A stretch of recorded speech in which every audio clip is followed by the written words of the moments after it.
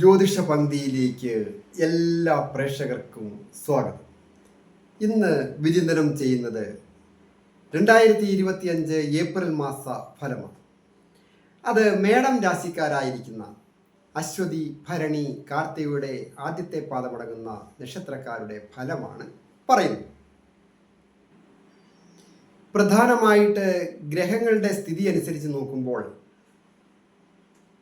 മേടം രാശിയിൽ ആദിത്യനും, ഇടവത്തിൽ വ്യാഴവും, കർക്കിടകത്തിൽ ചൊവ്വായും, കന്നിരാശിയിൽ കേതുവും, രാഹുവും ശുക്രനും ബുധനും ശനിയും മീനം രാശിയിലും സ്ഥിതി ചെയ്യുന്നു. അങ്ങനെയുള്ള ഗ്രഹങ്ങളുടെ സ്ഥിതി അനുസരിച്ച് നോക്കുമ്പോൾ മേടം രാശിക്കാരെ സംബന്ധിക്കുന്നിടത്തോളം വളരെയധികം ദൈവാധീനവും ഭാഗ്യവുമൊക്കെ ഉണ്ട്. എങ്കിലും ഏഴര ശനി ആരംഭിച്ചിരിക്കുന്ന സമയമാണ്. ഏഴര ശനി 7.5 കൊല്ലത്തെ ദീർഘകാലത്തേനുള്ളതാകയാൽ മേടം രാശിക്കാരായിരിക്കുന്ന അശ്വതി, ഭരണി, കാർത്തികയുടെ ആദ്യത്തെ പദമെന്ന് അടങ്ങുന്ന നക്ഷത്രക്കാർ ഏതൊരു കാര്യങ്ങളും ദീർഘകാലത്തേന് ചെയ്യുന്നത് വളരെ ജാഗ്രതയും ശ്രദ്ധയും ക്ഷമയും ഒക്കെ ആവശ്യം.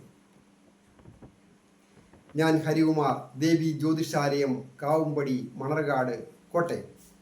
ഈ ചാനൽ സബ്സ്ക്രൈബ് ചെയ്തിട്ടില്ലാത്തവർ സബ്സ്ക്രൈബ് ചെയ്യുകയും പേരും നക്ഷത്രവും ചേർത്ത് കമൻറ്റ് ചെയ്യുകയും ചെയ്യുന്നവർക്ക് വേണ്ടി പ്രത്യേകം പ്രാർത്ഥിക്കുന്നതാണ്. അതുപോലെ തന്നെ ജ്യോതിഷ കാര്യങ്ങൾക്ക് നേരിട്ട് വരികയോ ഫോൺ വിളിച്ച് ചോദിക്കുന്നതിനും അവസരമുണ്ടായിരിക്കുന്നത്. ഏറ്റവും പ്രധാനമായ കാര്യം അശ്വതി, ഭരണി, കാർത്തിക ആദ്യത്തെ പാദമടങ്ങുന്ന നക്ഷത്രക്കാർ ഏപ്രിൽ മാസത്തിൽ ആരോഗ്യം വളരെ ശ്രദ്ധിക്കേണ്ട ഒരു മാസം. ഭക്ഷണ കാര്യങ്ങളിലായാലും മെഡിസിൻ്റെ കാര്യത്തിലായാലും അതീവ ശ്രദ്ധ, സ്ഥിരമായിട്ട് കൃത്യസമയത്ത് വിശ്രമവും ഉറക്കവും ഭക്ഷണവും അതീവ ശ്രദ്ധ ആവശ്യമാണ്. അതുപോലെ തന്നെയാണ് മറ്റൊരു പ്രധാന കാര്യം, ധനസ്ഥാനത്തേക്ക് ശനി ദൃഷ്ടി ചെയ്യുന്ന സമയമാണ്. ആയതിനാൽ ധനപരമായ ക്ലേശങ്ങൾ ഉണ്ടാകാം, തൊഴിൽപരമായ ക്ലേശങ്ങൾ ഉണ്ടാകാം, വരുമാനം നിലച്ചു പോകുന്നതിന് സൂചനയുണ്ട്.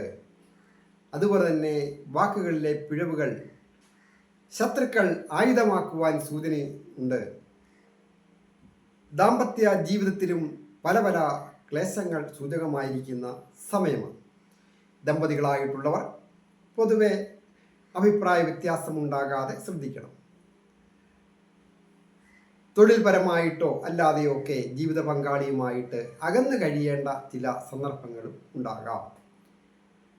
സന്താനങ്ങളിൽ നിന്നായാലും ചില മോശ അനുഭവങ്ങൾ ഏപ്രിൽ മാസത്തിൽ ഈ അശ്വതി, ഭരണി, കാർത്തിക ആദ്യത്തെ പാദമടങ്ങുന്ന നക്ഷത്രക്കാർക്ക് സൂചകം. വിദ്യാർത്ഥികളായിരിക്കുന്നവർക്ക് വിജയങ്ങൾ വന്നിച്ചിരും. പ്രത്യേകിച്ച് ഹയർ സ്റ്റഡിയൊക്കെ ചെയ്യുന്ന ആൾക്കാർക്ക്, ഇൻ്റർവ്യൂവിലൊക്കെ പങ്കെടുക്കുന്നവർക്ക്, ടെസ്റ്റുകളൊക്കെ എഴുതുന്നവർ, PSC ടെസ്റ്റുകളായാലും മറ്റ് വിദേശത്ത് പോകുവാൻ വേണ്ടി ചെയ്യുന്ന ടെസ്റ്റുകളൊക്കെ എഴുതുന്നവർക്കുമൊക്കെ വിജയിക്കുവാൻ സാധിക്കുന്ന ഒരു കാര്യമാണ്. ഏജ് ഓവറായിട്ട് നിൽക്കുന്ന യുവാക്കൾക്ക് മനസ്സിനിണങ്ങിയ രീതിയിൽ ഒരു വിവാഹം വന്ന് വാക്കാകുന്നതിനും വിവാഹം നടക്കുന്നതിനും ഒക്കെ അനുകൂലമായിരിക്കുന്ന കാര്യം. തൊഴിൽ ഭാവത്തിൻ്റെ അധിപൻ അനിഷ്ടഭാവത്തിൽ നിൽക്കുന്നതിനാൽ തൊഴിൽപരമായി പലവിധത്തിലുമുള്ള ക്ലേശങ്ങൾ ഉണ്ടാകാം. സാമൂഹ്യ സന്നദ്ധ സംഘടനകളിൽ പ്രവർത്തിക്കുന്നവർക്ക് സ്ഥാനമാനങ്ങൾ നഷ്ടപ്പെടുന്നതിന് സൂചനയുണ്ട്. അതുപോലെ രാഷ്ട്രീയ രംഗത്ത് പ്രവർത്തിക്കുന്നവർക്കും അത് ബാധകം. കൂടാതെ ഔദ്യോഗിക പദവിയിലൊക്കെ ഇരിക്കുന്നവർ കീഴ് ജീവനക്കാരുടെ കൂടി സഹകരണത്തിനായിട്ട് പരമാവധി ക്ഷമയും വിട്ടുവീഴ്ചയും ആവശ്യമായിരിക്കുന്ന സമയമാണ്. സുഹൃത്തുക്കളിൽ നിന്നും സഹോദര സ്ഥാനിയിൽ നിന്നും സഹായങ്ങൾ ലഭിക്കും.